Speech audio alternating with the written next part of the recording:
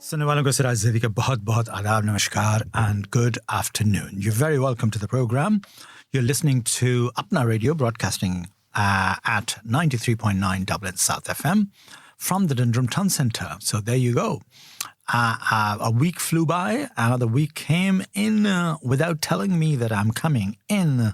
And that's what happens in life. A week goes in and a week goes out of your life without too much of effort. But there you go. I mean, the life is too fast when you are trying to do too many things and whatever. And of course, trying to cover as much as possible from the world out there, which is, as usual, I'll talk about it today, the reason for, and the solution maybe what. But we do have Charmaine. We do have news item from Charmaine, and hopefully Charmaine will get you the actual the news of the day, and let's see what happens. Yes, indeed. Where is Charmaine?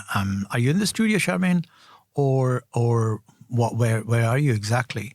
I can't see you in the studio. Anyway, the news is here, and I'm definitely going to find out where is the news item, to say the least. So. We basically, what we're trying to do is try to tell you what's going on in the world and what's something happening.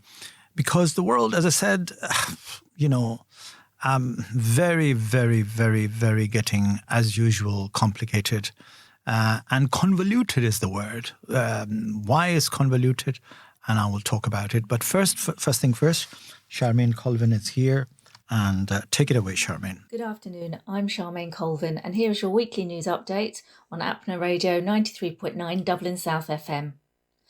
A Netflix series, which was released last week, has caused a major controversy in India over the portrayal of some of its characters.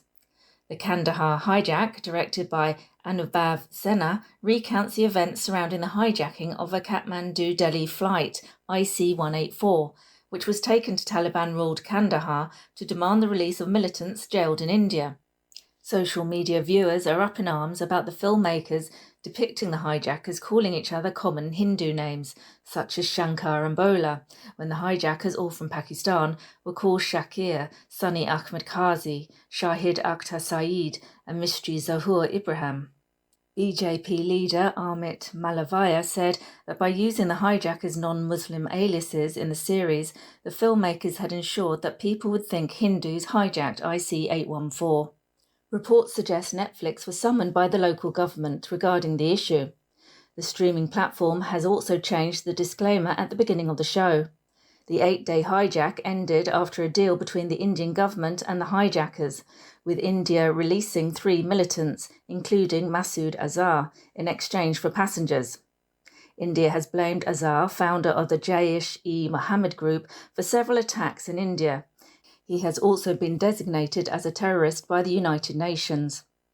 The decision to release Azhar and others remains controversial in India, with the opposition often criticising the BJP, which was in power in 1999, for the move. A Hindu right-wing organisation has filed a case in a Delhi court, seeking a ban on the series, although many have defended the series, saying witnesses heard such names used by the hijackers as aliases to communicate inside and outside the aircraft. A global network has fleeced many Indian students out of tens of thousands of pounds for worthless visa documents they hoped would enable them to work in the UK. An investigation by the BBC found middlemen working as recruitment agents preyed on international students who wanted jobs in the care industry. The students paid up to £17,000 each for sponsorship certificates that should have been free. When they applied for skilled worker visas, their paperwork was rejected by the Home Office for being invalid. One man sold 141 visa documents, most of which were worthless, for a total of £1.2 million. He denies any wrongdoing and has claimed to have paid back some of the money to students. The UK's care sector, including care homes and agencies, had a record number of vacancies in 2022, with 165,000 posts unfilled. The UK government widened the net for recruitment by allowing international applications, leading to a boom in interest. interest from countries such as India, Nigeria, and the Philippines. Applicants must have an eligible sponsor, such as a registered care home or agency, and job seekers should not have to pay a penny for their sponsorship.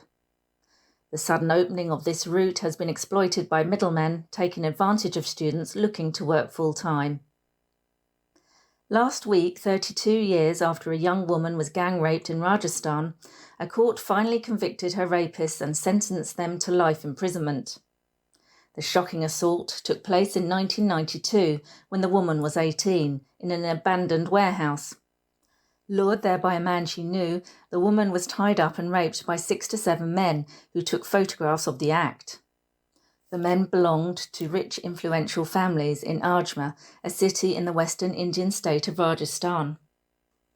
The woman had endured years of slander and taunts from society because of what happened to her, and both her marriages ended in divorce when her husbands discovered her past.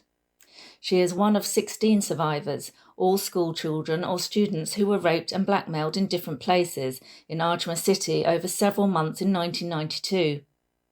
The case became a massive scandal and sparked huge protests. The court handed out life sentences to 6 of the 18 accused, who have not pleaded guilty to the crime and are planning to appeal the verdict. Of the remaining 12, 8 were sentenced to life in 1998, but 4 were later acquitted, while the others had their sentences reduced to 10 years or absconded. The men's power and connections helped keep the case under wraps for months, and eventually the trial dragged on for 32 years because of several factors, including the staggered arrests of the accused, alleged delaying tactics by the defence, an underfunded prosecution, and systematic issues within the justice system. Reliance Industries has won a bid under an incentives programme which supports EV battery production, according to a statement from the Indian government this week. Earlier this year, 7 companies submitted bids to set up local manufacturing units for the production of advanced chemistry cells, or ACCs, under the government's production-linked incentive scheme. Reliance can make up to 10 gigawatts of ACCs, which are used EV cells and are critical to the development of electrical vehicles in the world's 3rd largest car market. The scheme, with a maximum outlay of $434 million and aimed to boost local production of batteries, comes at a time when the government has set ambitious targets of EV adoption.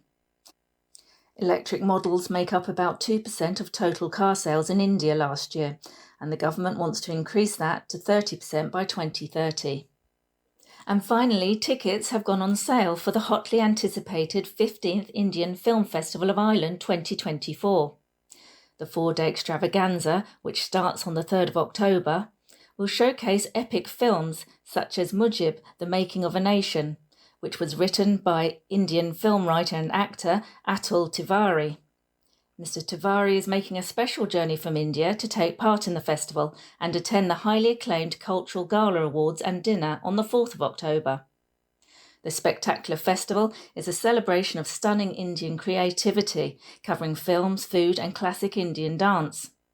Tickets for the event, without dynamic pricing in sight, are available at www.eventbrite.ie or can be purchased on the door at Astral Hall, UCD.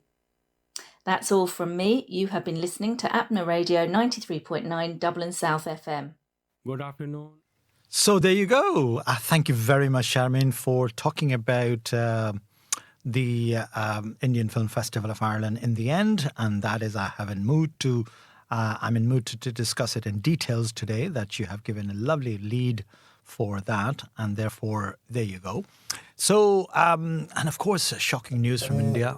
When are they going to stop rape? When they're going to stop the kind of dehumanization of women? And indeed, the issue that I talked about in my last program, the market for exporting the students by the middlemen, which is a culprit, culture in India. By the parents approach this agent mentality because they trust the agent, and the agent would do everything for the money, of course. And look what happened to it.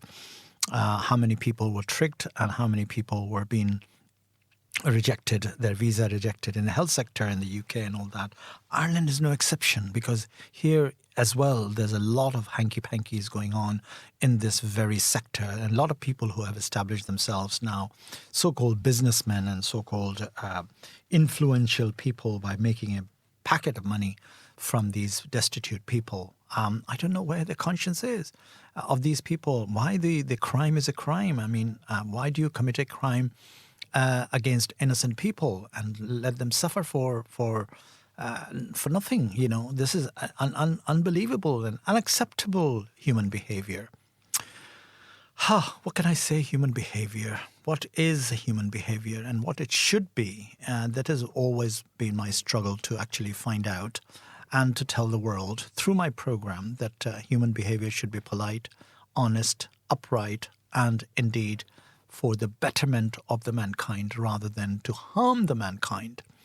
And if I see it at the globalist scale, I don't want to go into the Middle Eastern story. I don't want to go into the Russian and Ukrainian story, which is happening at our doorstep, at the European doorstep. But, you know, this is essentially an Indian program, and I'm really trying to actually cover these stories from India. This is horrendous. Going back to the very interesting point of which Charmaine has picked it up as a news item, was the Abhinav Sinha, whom I know very well, who made this film, Kandahar Hijack, by using Hindu names and things like that. But I mean, Netflix movie, and one of the actors, Nasiruddin Shah and Pankaj Kapoor, they are also acquaintance of mine, and they are also playing a lead character in that. That Kandahar flight was unfortunate flight, but that's the nature of the film business, is that in India, if you create a controversy and if you stir up the hatred among the so-called nationalism and all that, they would do anything to create your life difficult.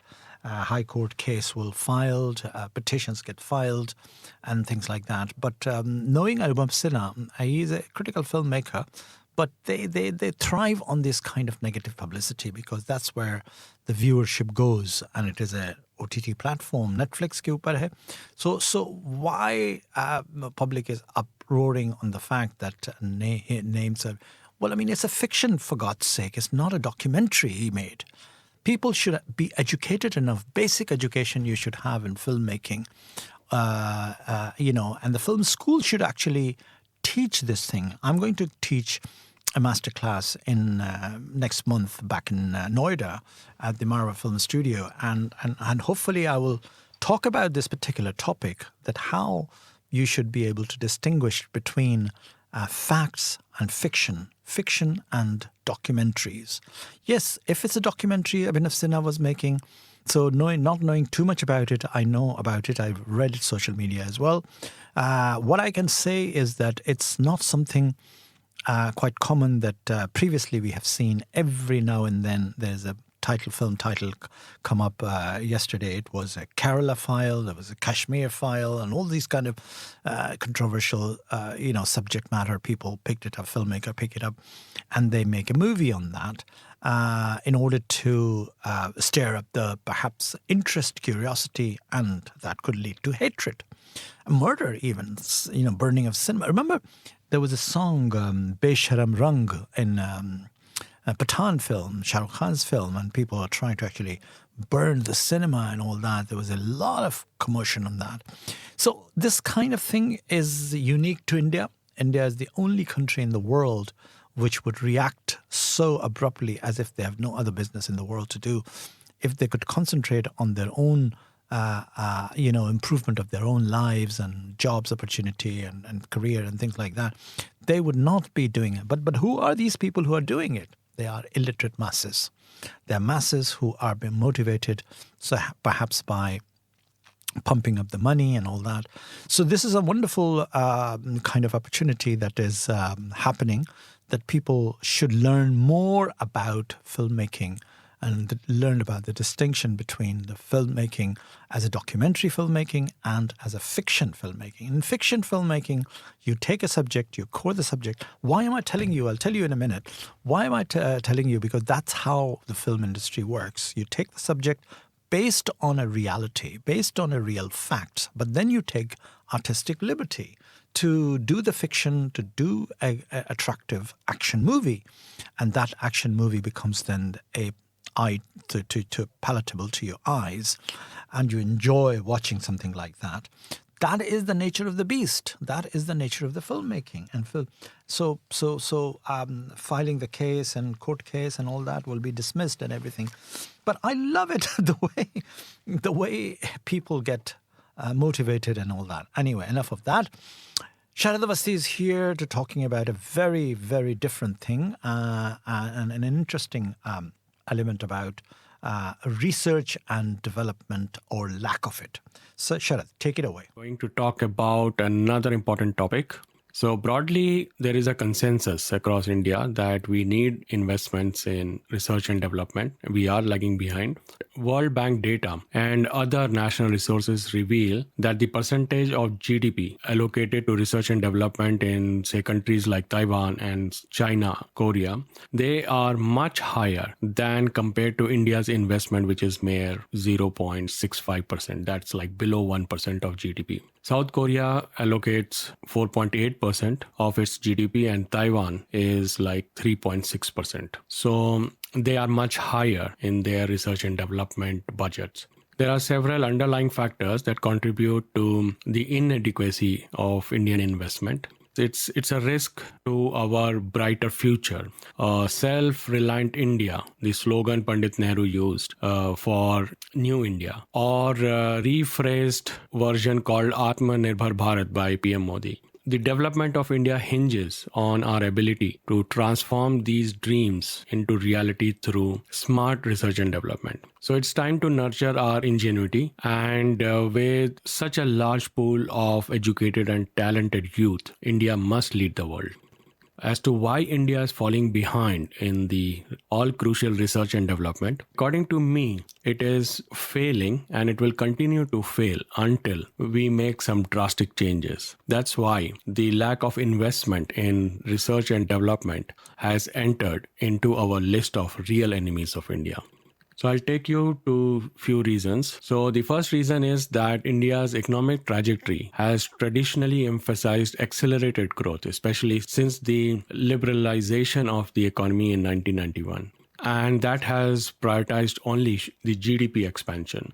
The inherent flaw in relying on GDP as a primary metric for national performance is that it tends to neglect economic activities that require long-term capital deployment and uncertainties of future returns. So for a company, for an organization to commit robust research and development initiatives, that's essential.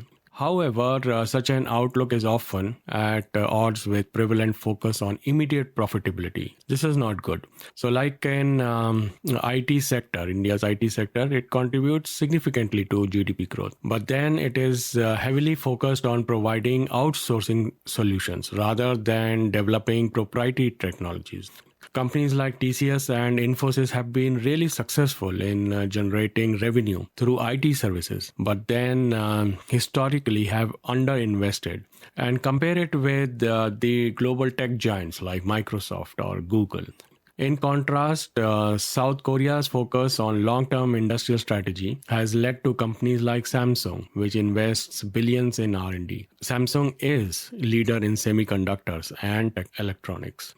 The other reason I see is the significant lack of strategic initiative for India to prioritize indigenous R&D. It was before 1991 or a little after that. The symbolic value of the label as made in India or made in Japan, that was a status symbol for a country. But now that has eroded and the national pride is no more associated. People are not working for a brand called Made in India. Instead, it's a widespread assumption that most products are manufactured in China, and that has become a kind of a de facto standard, even for components in high-tech manufacturing powerhouses like Germany, Switzerland, or Sweden. Another thing is, despite global geopolitical tensions and even economic hostilities between nations, trading of the goods continue unabated. So, for example, there is an ongoing trade war between US and China, but still Chinese products, including its steel, they flood the US market. Similarly, despite strains in relationship between Japan and China, I was reading the newspaper yesterday, they both continue to trade critical components like semiconductor for their automotive sector. So in this globalized trade environment, there's a reduced perceived need for Indian firms to invest in innovative design and deep research and development. Of course, the decline in the status for made in India, that is seen in sectors, electronic sector. We are user of largest mobile phones in the world, and India imports 88% of the components for mobile phone production, and that too from China. So this dependency on Chinese import for high-tech components, it reflects the insufficiency. Why is that? Because the Indian businesses predominantly target the domestic market where the competitive pressure are relatively low, or the Indian businesses, they operate as outsourced manufacturing hubs for multinational corporations. So that's where the policy of the current Indian government, which I disagree with, their make in India policy, instead of made in India policy, it's a make in India policy. So that is promoted by the concept of earning profits as a outsourced manufacturing hub. It's a replacement of China. So essentially what's happening is that foreign companies, they provide intellectual property documents, design specifications, manufacturing protocols, and Indian companies execute the manufacturing either for Indian consumption or for export. So this model certainly drives job creation. It stimulates economic activity. It attracts foreign direct investment, but it does very little to foster homegrown research and development capabilities or innovation within the Indian economy. To a great extent, Maruti Suzuki and Hyundai are an example of Make in India model with foreign direct investment. Also, there is a research and development center of Hyundai in Hyderabad, as I understand, and that focuses mainly on the local market adoption rather than some groundbreaking automotive innovation for rest of the world. So if you see, the research and development in India on its own is limited only to a few industry sectors, and they are defense, space, agriculture, and of course nuclear research. Consequently, the majority of R&D funding from government is therefore concentrated in these areas. For instance, Indian Space Research Organization, it operates exclusively as an R&D entity, and therefore its entire budget, with the exception of routine expenses, is dedicated to advanced space technology. It is impressive what they have achieved in last 70 years, like Mangalyaan and Chandrayaan. And this also in turn reflects the potential of R&D effort if it is focused, how far the results the Indian mindset can give in a particular industry sector. Indian pharmaceutical industry is an icon of largest producer of generic drugs, but then it struggles with limited R&D funding. It is paradoxical.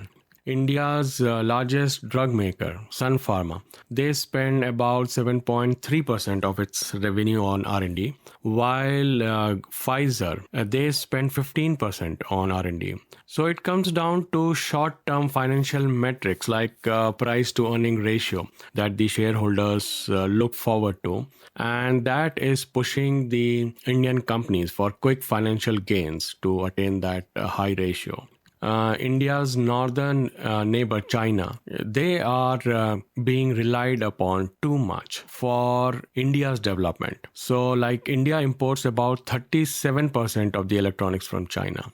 The local Indian companies are finding it challenging to compete with Chinese cost efficiency and their technological advancements. Like I said, India is price sensitive, and that is hampering the attitude of Indian firms for research and development.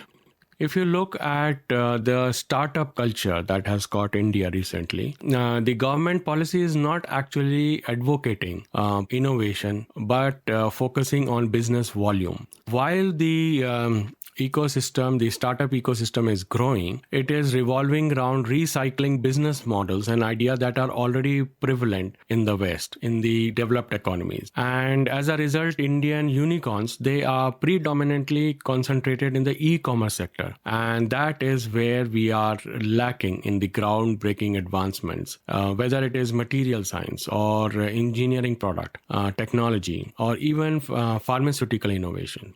Ironically, India as a social community, social media should have been the birthplace, but that too we have been importing from the likes of Facebook and Twitter.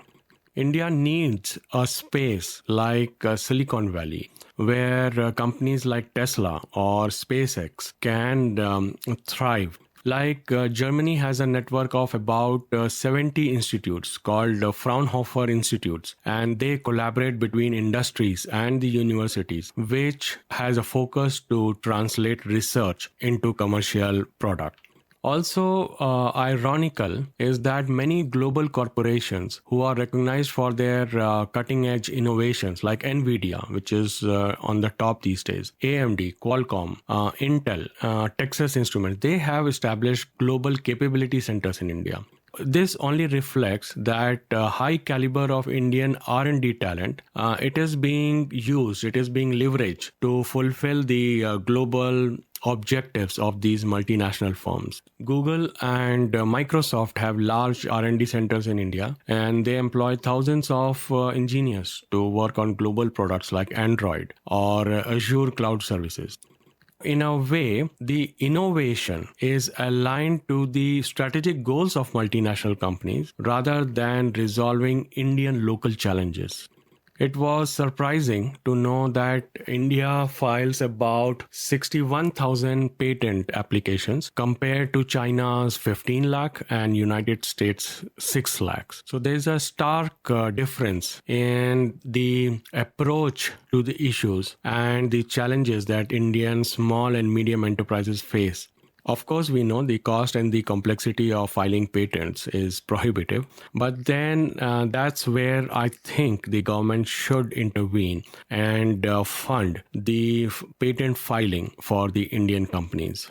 How I would like to conclude is that India has significant potential in various sectors.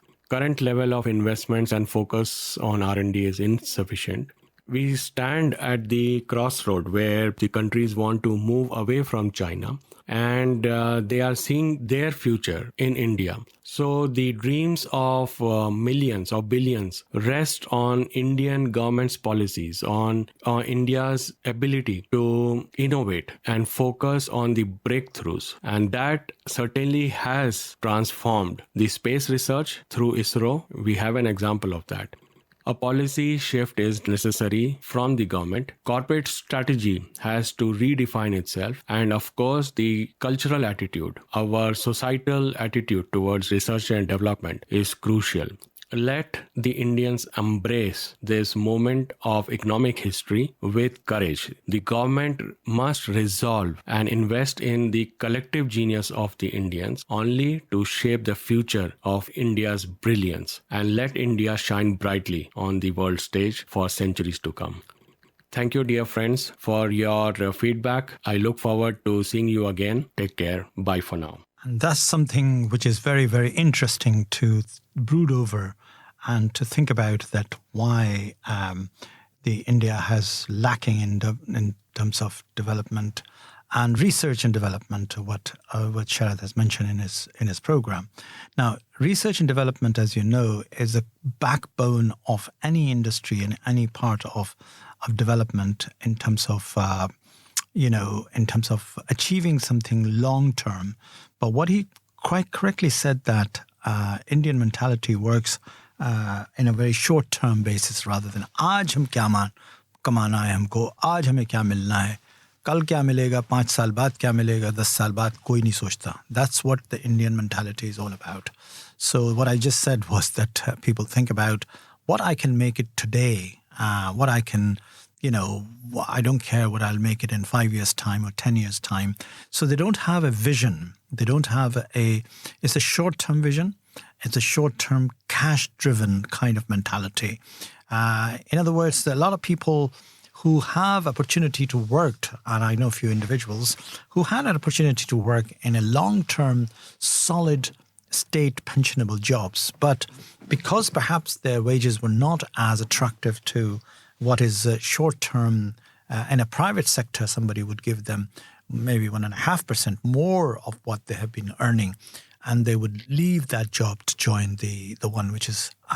So it's all about what I can make today. Anyway, financial decisions, financial sketchers are here as well. And then I would like to talk about that as well, that the future is also very important depending on your future financial health of your family, of yourself. And in that sense, the financial sketchers are the people who actually have a footprints around the world, globally, in America, in UK, in Dubai.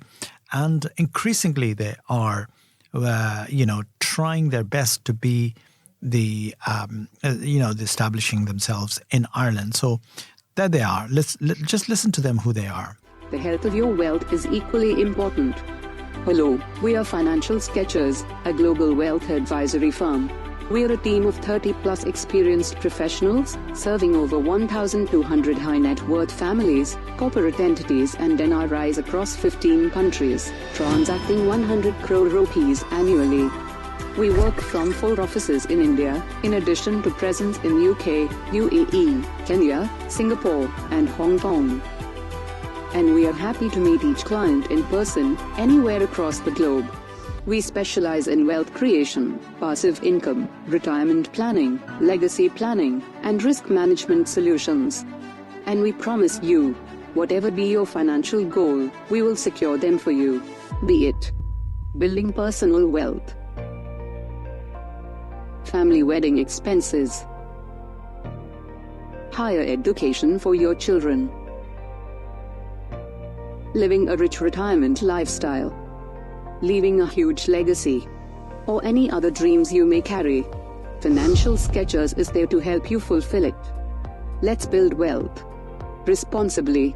Good afternoon, I'm Charmaine. So there you go. The particularly, the people who really have this kind of operation, they are available. All you have to do is just search them on the internet, financialsketchers.com, and you'll find them on the internet and you can reach out to them. Lovely firm. I would say highly recommend people to go and have a look at them. Now, going back to the point I was talking about earlier on, that how research and development is so important in order to the growth of anything, which is important in terms of, development, in terms of achieving something on a long-term basis rather than a short-term basis. That is a question that India has got to answer it, and India has got to respond to it, because that's something. But despite all of that, I think India is a richer country. Economy is rising. People have got so much money. The infrastructure is perhaps developing not as fast as China and other neighboring country, but despite all of this complexity and a complex society and a large population, it is doing okay-ish, I would say, around the world. But this type of negative news, when it comes along, that people are tricking people and all that, it breaks my heart, and I really get angry about those unscrupulous individuals who do do these sort of things and sell courses. And this particularly is an issue in Ireland as well, because there are private colleges who employ this agents, in fact, and so-called agents are the one who are recruiting. They're holding a high-profile seminars over lunches and dinners and things like that in a 5-star hotel in India. And parents get impressed by, most of the people in India, they are middle-class, family-oriented, and are really, really worried about the education, not education, it's education of their children. Anyway, and they would go any length in order to make sure that the students would secure their position. And this is the concept and colonial legacy that if my son and daughter has been to study abroad, particularly in the UK, and Ireland is part of that in their head, or America, or any parts of the world, it would be, their future will be secure. And when they return to India, they will have an attractive job. And, they would be considered as a foreign return educated individual. Yours truly is also a victim of that in a very different way, which I never went back. But yeah, that was a colonial legacy. In fact, the colonial mentality has been that anything abroad is better and bigger. Anything which is local and desi is not worth it. But that's, my opinion, has changed over the years by living and working and mingling and working with people.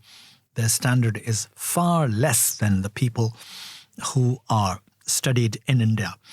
And that is what it's all about. And why? Because now the Indian, qualified youngsters are running the world.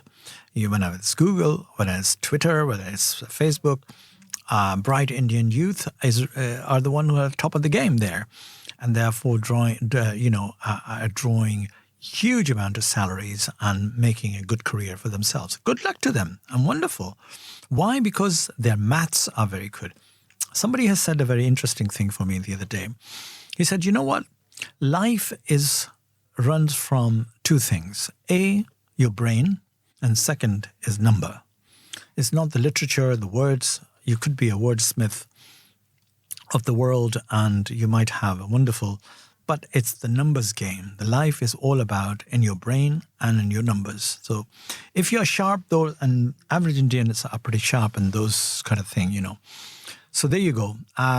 Now, I'm halfway through and I haven't heard anything from the music industry because music industry is, a delectable, very, all-time hit songs and all the rest of it I hear, which I'm going to play. And I'll talk about then, rest of the program, quite a film stuff by the film festival, taking a cue from Charmaine's news, tail end of the news item that she has mentioned. So sit back, relax, and enjoy this song.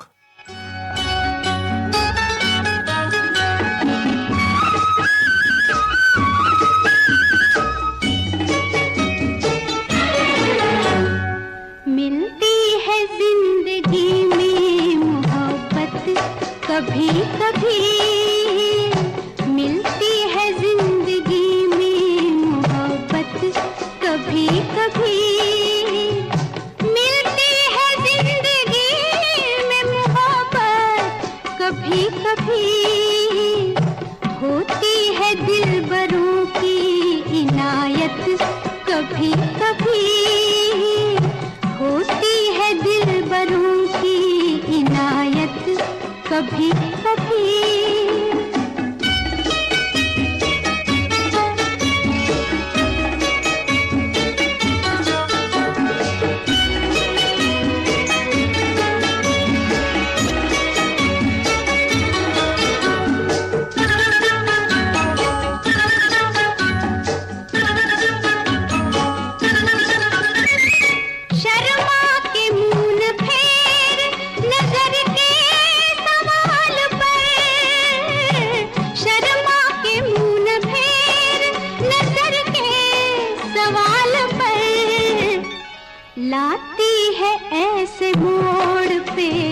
किस्मत कभी कभी लाती है ऐसे मोड़ पे किस्मत कभी कभी मिलती है जिंदगी में मोहब्बत कभी कभी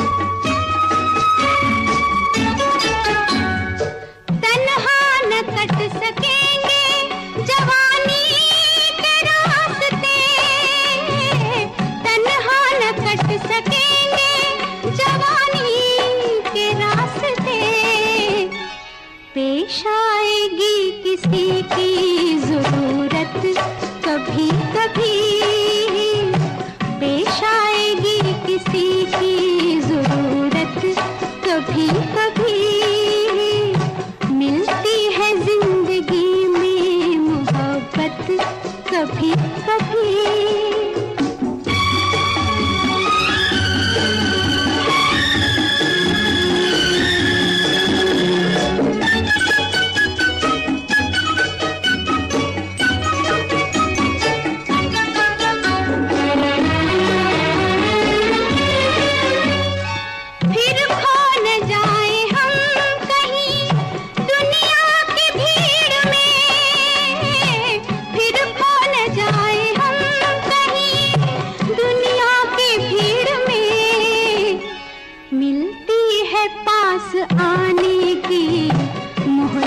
कभी कभी मिलती है पास आने की मोहलत कभी कभी, होती है दिलबरों की नायक कभी कभी, मिलती है जिंदगी में मोहब्बत कभी कभी, मिलती है जिंदगी में मोहब्बत। जी हाँ मेरे भाइयों, मिलती है जिंदगी में मोहब्बत कभी कभी. What the song is all about is that love is something very rare and a beautiful song. It is one of my favorite songs, that you are lucky to have a love in your life, because it doesn't happen very often. It happens sometime, and for those who are get it or receive it and give it are the luckiest people in the world, because that's the basis of life. The life is, you know, the way a plant needs water, sun and fresh air to thrive and to grow and blossom. Similarly, a human life requires, a love, an affection, care for each other, for family, for, partner and things like that, in order to blossom. And if that is the case, you're one of the luckiest people. Recently, I was watching something very interesting, and the conclusion was that those people are the happiest people, are the luckiest people who have these kind of things in their lives, because it doesn't happen very often. Sometimes you make an expression to somebody and then it gets rejected. Would you believe how people can be so selfish, inward-looking, not broad-minded, not welcoming to the other people and things like that?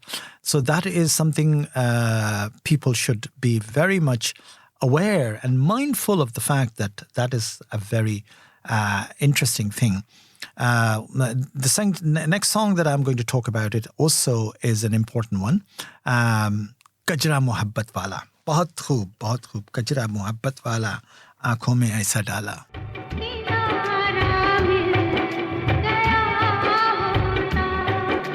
मुझे तेरी मोहब्बत का सहारा मिल गया होता, अगर तूफान नहीं आता, किनारा मिल गया होता, मुझे तेरी मोहब्बत का सहारा मिल गया होता.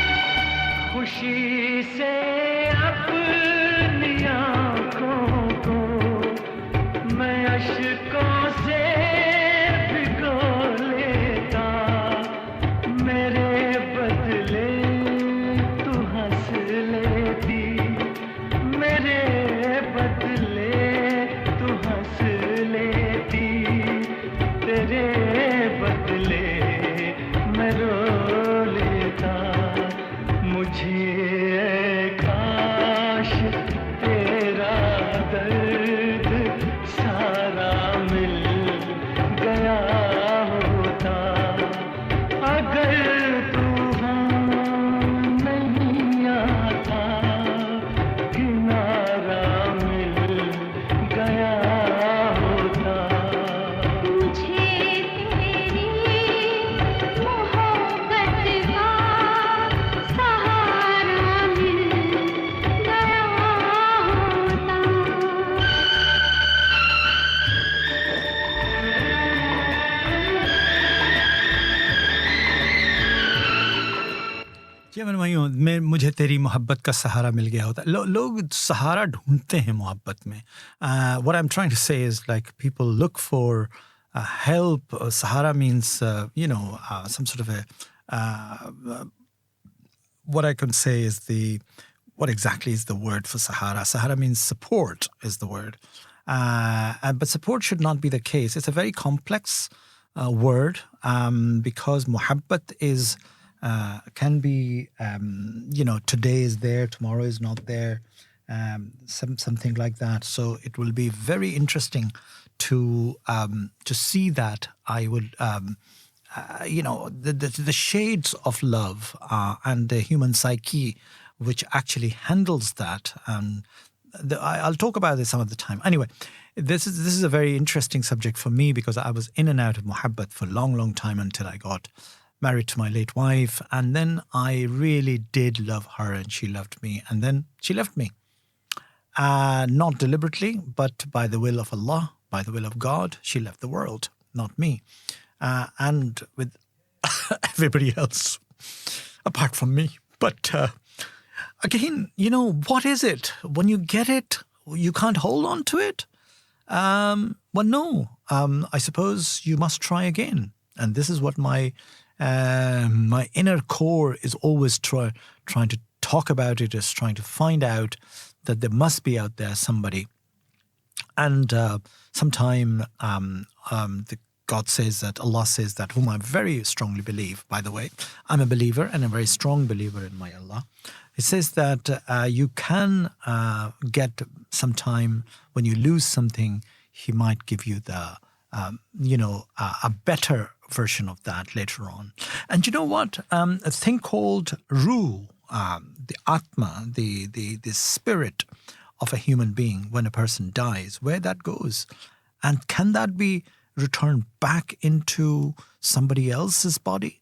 That's another interesting area to talk about it too, that the ruh and the spirit can be transported by Allah, by God, into someone else, and someone else can then come into your life to make it better than the previous life. Because the duration and the prolongation of your life on earth depends upon other people's, depends upon who you live with, how you live with, and indeed how pleasant that existence could be. Because unpleasant existence is a very, very unpleasant thing. So blessings, blessings, and blessings. If you are lucky to have three things, and that is three S's, should I say. Samay, time. Sukoon, sukoon means peace of mind. And sati, companion. If you have those three things, I suppose the life is bliss. Anyway, here's a time for another song. Sit back, relax, and enjoy. जिया करते हैं आहें भर करते हैं आहें भर भर के दीवाने जिया करते हैं जाने क्यों लोग मोहब्बत किया करते हैं